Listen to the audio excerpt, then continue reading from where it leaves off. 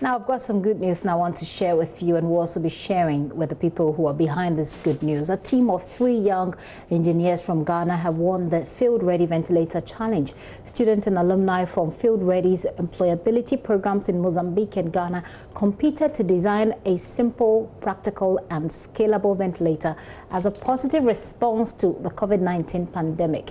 Now, that competition is run by JIT Energy Field Ready Limited, an organization that operates employability programs in Ghana, Mozambique and Nigeria for engineering graduates. And essentially what it does is to bridge the gap between the skills that they learned in university and the skills, the knowledge and behaviors that are actually required by industrial companies. So the winners of the challenge are joining me via Zoom. I've got 2 ladies, 1 guy. So Nelly Kole Apete, Patience Norte, Asari Ishmael Kofi Owusu. Those are the 3 who are joining me on Zoom right now. Okay, I've got 2. I'm missing 1. Where is the other one?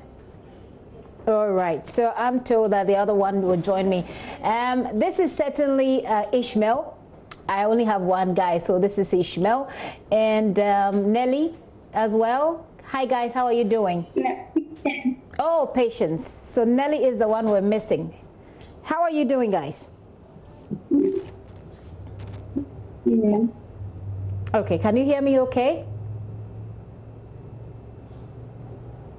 All right, let me try and get them back on stream. I'm going to talk to these 3 people.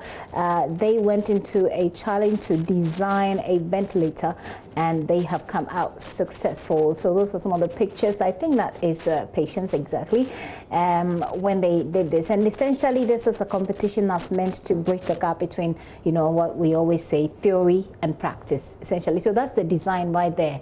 And this is part of the response to COVID-19. Guys, can you hear me now? Is it okay? Yeah, I can hear you now.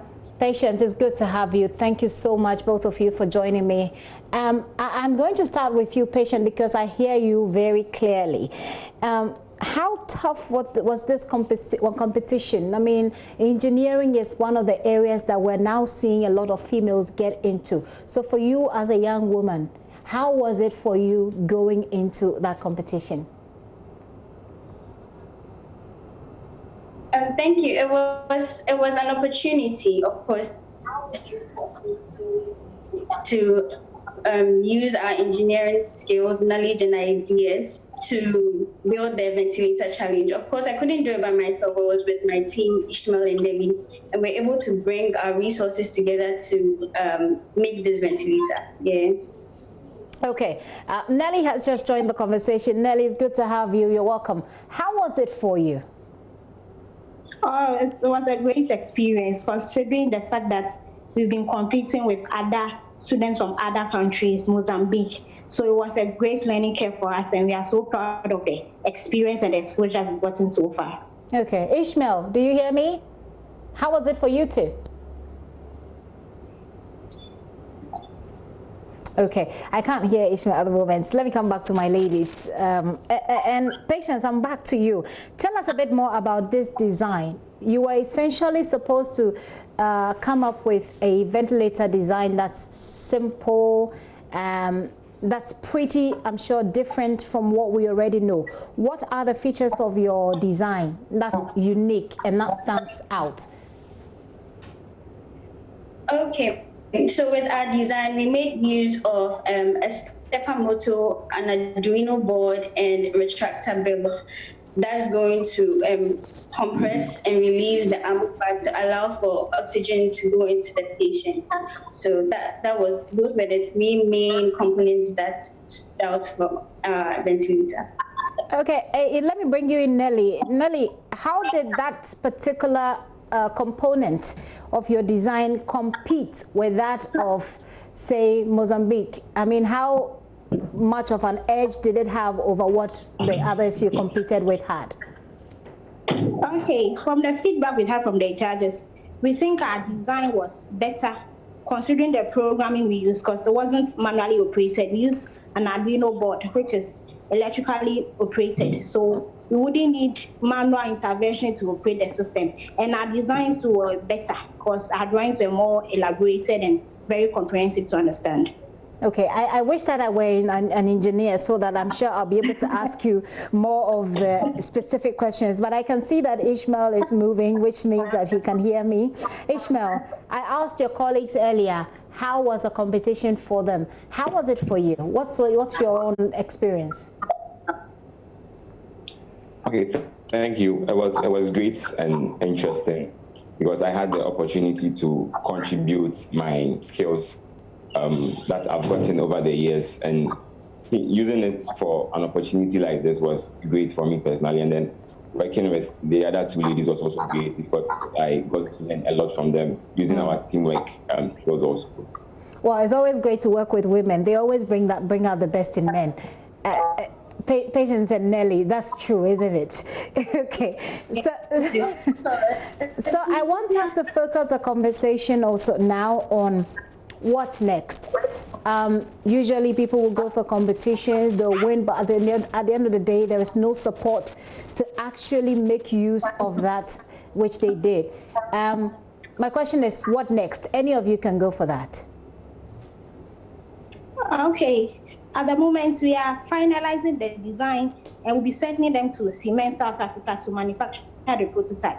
So from the feedback we've had so far from the judges, we are making improvements on our design with the help of experts from other countries and other volunteering students. So after that, the design will be sent to Siemens in South Africa to make the prototype, and then we'll start with the manufacturing. Oh wow, that sounds great. We'll be here to do that story when you actually start with that manufacturing. But the idea behind this competition essentially was, as I said earlier, bridge the gap between the theory and the practice. And a lot of people have criticized our educational system. They say they teach you the theory, but when it comes to practice, it was difficult. Patience, I give this question to you. What has this process added to what you knew from your theory? Or would you say that even when you were being taught in school, you already had practical experience, so it didn't really make a difference? Or what sort of difference did this experience bring to you?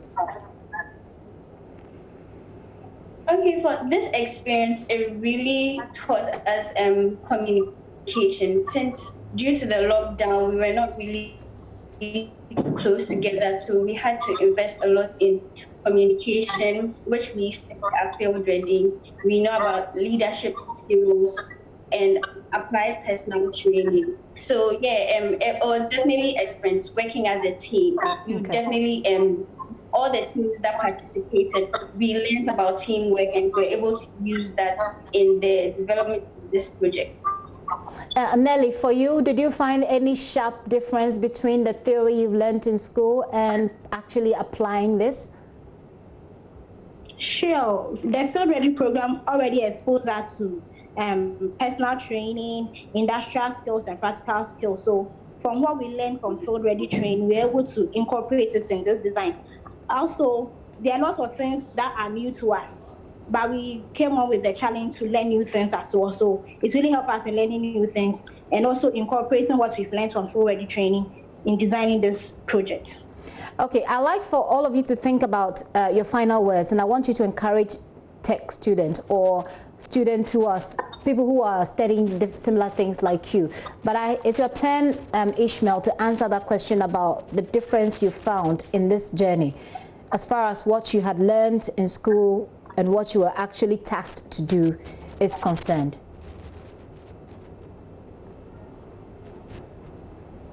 Okay, so as my other colleagues also said, the Field Ready program gave us the needed skills that we need, applied personal skills, the technical skills, and then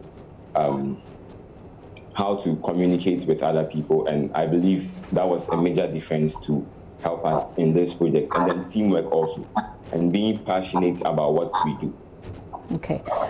Finally, one of the things that all of you seem to have said about your design is that it is not, what I'm taking away is that this is not a manually operated ventilator, the design that you have, and it's also sort of makes it easier to operate. Before I let you go, I want you to encourage people, young people like yourself who are studying within this field, as far as what they can achieve based on your experience is concerned. Let me start with you, Patience, and these are your final words.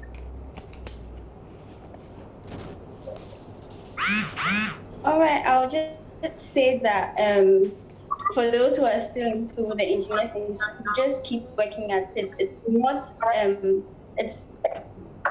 a career that does not pay off. I mean, your ideas can turn into million-dollar projects just as ours is going to be. So just keep at it and work hard. Thank you. $1 million projects, she said. I'll be here to get my commission from that $1 million when it comes. But again to you, Nelly. There are young people. I've seen very few women in engineering. I want you to talk to young females who are in this business or this industry, studying in this industry, who are finding it very difficult to pull through. How do they get going? How have you?